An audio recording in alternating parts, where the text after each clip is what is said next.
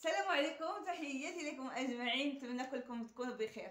القصه ديالتنا اليوم اللي دارت ضجه في الاعلام في هذا الشهر هذا وغتكونوا اغلبيتكم سمعتوا بها، ديال عميره بن عمران اللي اختفى مده 26 سنه. وغادي تنصدمكم لانه غادي نلقاو بواحد الطريقه عجيبه وغريبه.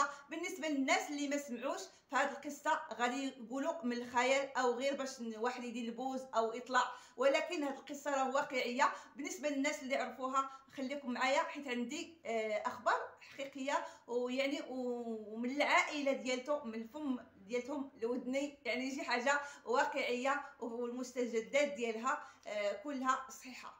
المهم معكم حنان كتقدم موضوع ديال القضايا والاجرام البوليسيه والمغامرات والاكشن واي حاجه خاصه بالاجرام، دوليه او عربيه، وتم حل اللغز ديالها وقصص قصيره وما طويلش بزاف.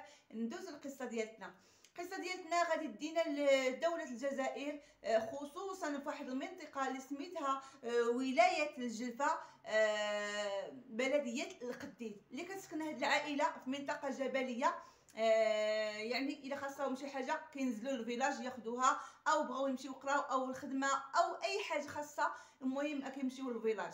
هذا عمران او عمران او عمر اللي كنسميوه حنا عمر بالنسبه للجزائر، كيختلف الاسم من عميره عمران. المهم باسم العالمي اللي متفق عليه كل شيء هو عمر. غادي يخرج، غادي يمشي للقرايه ديالته، ما غاديش يرجع في سنه 1998. ما غاديش يرجع، يعني تيمشي في الصباح وترجع في العشيه، حيت تيمشي تيقرا كما قلت لكم في الفيلاج، ما كيرجع حتى العشيه. وعادي جدا كان داخل سوق راسو وظريف، يعني وما عندوش شي حاجه اللي مثلا بغى يهاجر او بغى يسافر لشي بلاصه. المهم قابل غير قرايته ووالديه وعائلته وكيتعاون معاهم، وعنده واحد الكليب ديالو اللي فين ما مشى تيديه معاه. المهم غادي توصل العشيه، ما غاديش يرجع عمر لدارهم. غادي العائله ديالو غادي يتشوشوا عليه، غادي يبداو يسولوا في العائله والجيران والمعارف والاصدقاء، وغادي ينزلوا للفيلاج والو الاثر ديالو ما كاينش، اختفى بصفه نهائيه، يعني واحد الاختفاء اللي عجيب. المهم مشاو عند البوليس ديكلاراو، والبوليس داروا حتى هما التحري ديالهم، سولوا الجيران سولوا المعارف، قلبوا السيد ما كاينش، اختفى. ولكن في هذه الايامات هذه كنهضر لكم على 1998 كانت شويه ديال المشاكل بالنسبه للجزائر، كيعيشوا واحد المرحله صعبه اللي كتسمى العشريه السوداء، اللي كيشدوا الشباب ديال الجزائر كيدخلوهم لواحد المنظمه خاصه بزز عليهم وكيسدوا عليهم باش يشاركوا معاهم ويدخلوا معاهم في هذا الشيء. وقالوا ممكن كتشد، ممكن هذه المنظمه اللي شدته ممكن سافر للخارج او فرنسا، هاجر.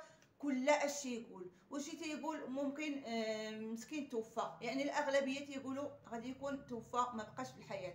ولكن الام ديالو اللي مراه مسنه عزيز عليها هذا الوليد، كتقلب عليه مسكينه ودارت جميع الاحتمالات والو ما لقاتوش. ولكن القلب ديالها، قلب الام دليل، تيقول لها ولدي راه ما ماتش، ولدي راه قريب مني، ولدي راه باقي حي. ولكن حيت تتعرفوا قلب الام حنين، يعني تيخليوها على خاطرها. وخصوصا ثاني الكلب ديال هذا عمر تيمشي لعند واحد السيد ديال الجيران، تيمشي وتيبدا ينبح تما او تيتكى على داك الحيط ديما كل نهار كل نهار، وهي تقول لهم الام ديالو شوفوا ولدي انا راه حاسه واش كاين عند هذا السيد. هذا السيد اللي كيتسمى عطيه بوقريقش، اللي العمر ديالو ديك الساعه 35 سنه، جارهم حارس في البلديه. المهم دقوا عليه سولوه، قال لهم ويلي واش انا تنقلب معاكم رجل برجل وكتقولوا لي انا ولدكم عدي، كون كاين كون واخرج وعلاش غادي ندير به. المهم هاد الكلب هذا ما وصلاش مده اسابيع، يعني قل من شهرين تلقاه ميت واكل السم، شي حد قتلو. غادي يهزوا هاد الكلب هذا غادي يدفنوه مسكين، وغادي يبقى ويقلبوا نهار وشهر وشهرين وعام عامين على عمر، ولكن اختفى. وبدات هذه القضيه كينساوها الناس، كتنسى هذيك البلديه، كتختفى شويه بشويه. والام ديالو مسكينه من قوه العصبيه، من قوه ما بقى فيها ولدها، من قوه البكا ديالها والحزن، غادي تنتقل الى جوار ربها وغادي توفى مسكينه، غادي تمشي عند الله. المهم داز سنين وشهور وايام تا وصلت لمده ديال 26 سنه السيد هذا ما بانش.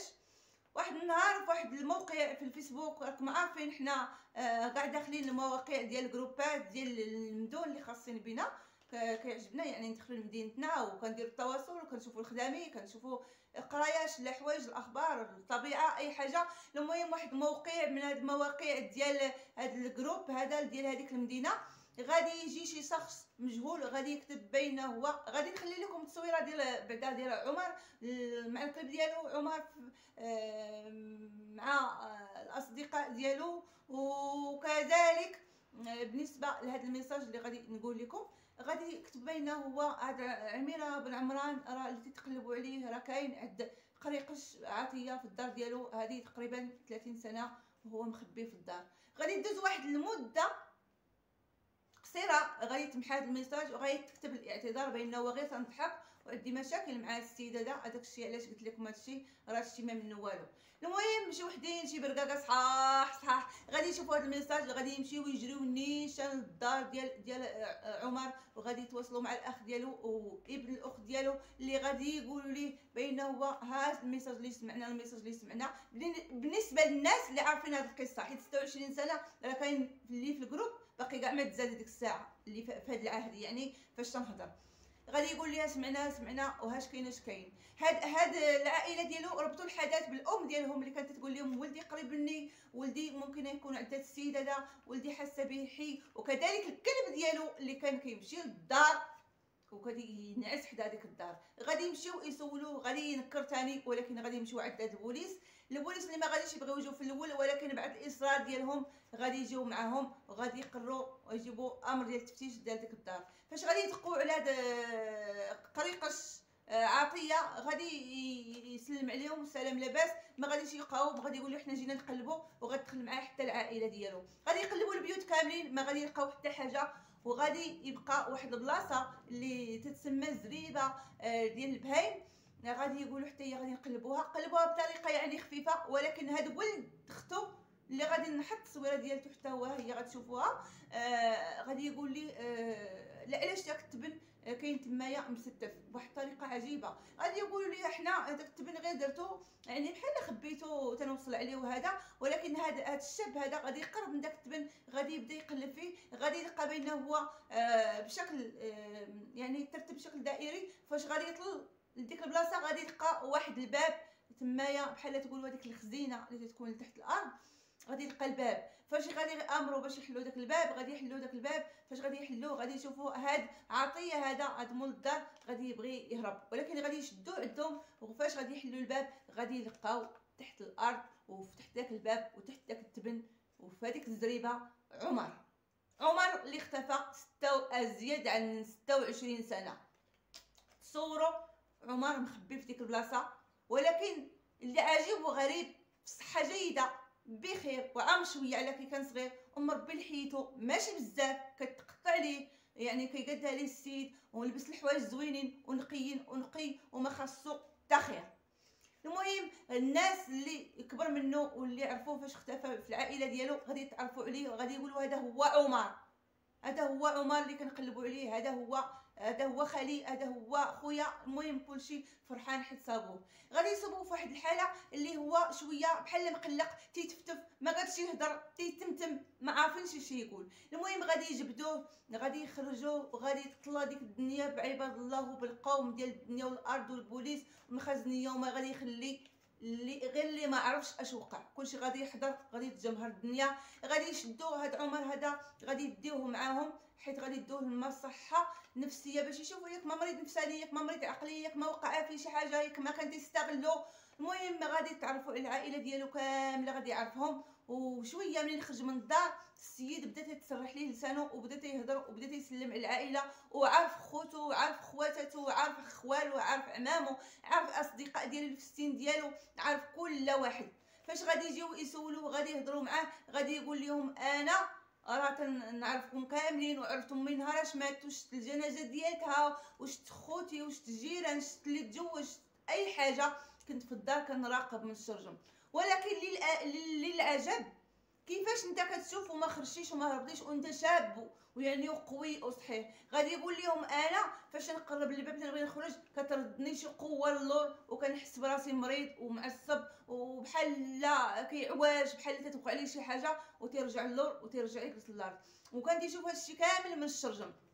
وعلاش ما كتهضرش؟ كيقول لهم لساني ما تيقدرش يغوت، حاولت مرارا وتكرارا ولكن الصوت ديالي ما كيتسمعش. حتى من القران كنطلبوا من هذا السيد هذا باش يعطي لي نقرا، تيقول لي ما عندي قران في هاد الدار. كان تيوكلوا كيشربوا عيش بخير ولكن كان مختفي والحريه ديالته والعائله ديالته تمنع منه. المهم هذا لغز كبير بالنسبه للناس وبالنسبه ليا. كل اشي يقول حيت هذا عطيه، هذا ابن عطيه هذا تيقولوا كيمارس السحر والشعوذه. وعمر حيت هو الزهري شدوا معاه باش يستافد منه في السحر، او الا كيجبد الخزائن او يعني الشيء ديال الخزائن اللي تكون تحت الارض كيحتاجوا للزهريين هادو. الزهريين هادو معطي لهم واحد قوة ربانية اللي كيساعدوا سواء كانوا زهريين بعينهم ايديهم حتى من الشعر. المهم هذه قصة كبيرة، اغلبية غادي يعرفوا شنو هو الزهري. يعني كيحتاجوا بزاف الناس ديال المشعوذين. غادي يقولوا هادشي علاش هاد الانسان هذا شدوه وخباه في الدار ديالو باش يستغلوا. المهم باش غادي يديروا البحث غادي يعرفوا بانه وسط الاشخاص من الناس العائله ديالو عارفين بانه هو عمر مختطف في هاد الدار ومخبي بهاد الطريقه هادو. غادي تشدوا كاملين، غادي تشدوا في الحبس وراهم دابا كاملين في التحقيق مع هاد قريقش هذا اللي باقي ما حكماش المحكمه حيت باقي المستجدات في هادشي. وان شاء الله الا كانت يعني معلومات كثيره غادي ندير لكم فيديو جديد. الا كانت غير شي حاجه قليله قل من هادشي اللي قلت غادي نخليه لكم في اول تعليق، او غادي نرجع حتى القصه لهاد القصه وغنكتب لكم النهايه حيت الحكم باقي ما تنطقش. المهم فاش قلبوا السيد لقاو الصحه ديالو بخير والعقل ديالو بخير والجسد ديالو بخير، كلشي تيقولوا على حد الان انه بخير ما فيه حتى حاجه وما تقاست فيه حتى حاجه، ولكن مازال اللغز. شي تيقول ممكن شدو كيمارس عليه يعني في الدار الرذيله، او شي تيقول على حساب هذا السحر، شي تيقول متفق معاه ولكن ما يمكنش يكون متفق معاه وغادي يشوف بعد الام ديالو مات وما غاديش يخرج. وتنقول انا كون هذا الشيء مثلا متفقين على شي علاقه بيناتهم على الاقل غادي يخليه يبقى يجي عنده مره. ولكن الانسان تيقول، هذا السيد هذا تيقول انا ما كانش عندي القوه باش نقاوم او باش نهرب او باش نخرج. هذا اللغز هذا اللي صعيب، وغادي نخلي لكم حتى وثيقه مع البوليس يعني بينه هذا الشيء هذا حقيقي واكيد غتعرفوه. غير حبيت نهضر معكم فيه حيت ضرني في راسي بزاف. المهم البحث راه جاري على هذا الشيء هذا، وكل مره تيبان شي خبر ولكن حنا تنستعملوا الاخبار الحقيقيه والاخبار الواقعيه، ما كنستعملوش غير اي حاجه تقالت هكاك. وشت بزاف القصص عليه وشت الناس العموميه ديالو والجيران والاهل والاصدقاء اللي هضروا بفمهم وعطاو التواريخ باش توضر، وعطاو التواريخ فاش تلقاو كلشي. ودابا عمر كانت عنده مسكين 16 سنه، دابا خرج على 42 سنه. وهذا المجرم هذا اللي اختطفو كانت عنده 35 سنه ودابا راه وصل ل 61 سنه. واحد الحاجه كانوا تيلاحظوها الناس هو فاش يخرج يتقدى، مثلا اللي باغي يتقدى حاجه تيتقدى جوج، بغى يتقدى كسكرو تيتقدى جوج، يعني كان تيدي لها الشخص حتى هو باش ياكل معاه باش يشرب معاه باش يلبس معاه وكلشي. المهم اللغز ديالنا راه باقي ما تحلش، وراه دار ضجه اعلاميه. راه غير كتبوا عمر بن عمران راه غادي يطلع لكم بشله مواقع.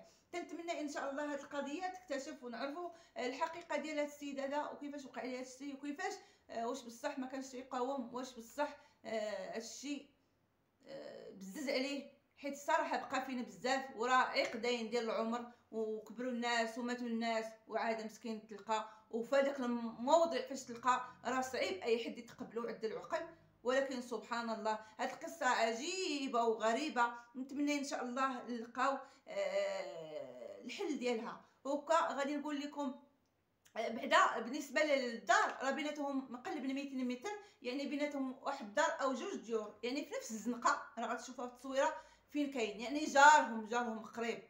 كيفاش هذا الشيء الله اعلم. المهم نتمنى تكون عجبتكم القصه ديالي، نتمنى تستفدتوا منها، وان شاء الله اي مستجدات جديده غادي نقدمها لكم في تعليق او قسم او فيديو قصير.